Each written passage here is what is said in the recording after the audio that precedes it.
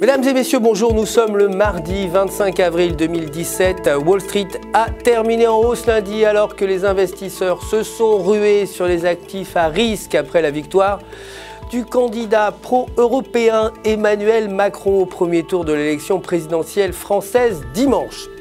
Le Dow Jones a donc augmenté de 1,05%, le S&P 500 de 1,08% et le Nasdaq a également pris 1,24%. À noter aussi l'action Facebook qui a gagné 1,25% pour finir à 145,47 $.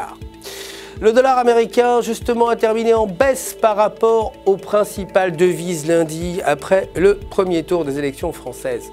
Aujourd'hui, l'indice de confiance des consommateurs est attendu à 123,7 contre 125,6 précédemment.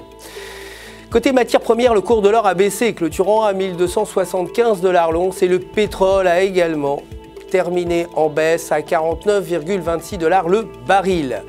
Côté devises, par contre, l'euro a augmenté par rapport au dollar lundi alors que les investisseurs ont fortement investi dans la monnaie unique avec le résultat du premier tour de l'élection présidentielle française correspondant aux attentes.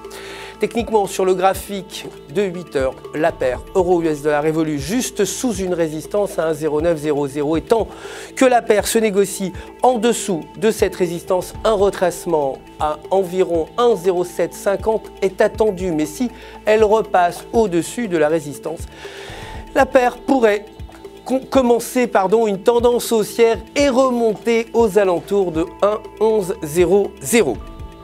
La livre sterling, pour sa part, a terminé légèrement en baisse par rapport au dollar après le chiffre des commandes de l'enquête CBI de conjoncture dans l'industrie qui est sorti plus faible que prévu à 4 contre une prévision de 9. Techniquement, selon le graphique horaire, la paire se situe dans un triangle descendant.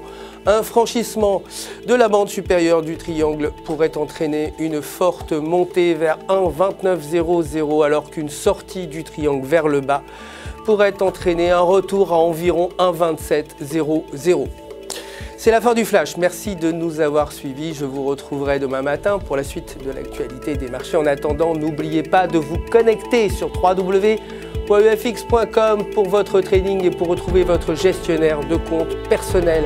Prêt, vous le savez, à répondre à toutes vos questions. Toute l'équipe du FX se joint à moi pour vous souhaiter une excellente journée sur les marchés.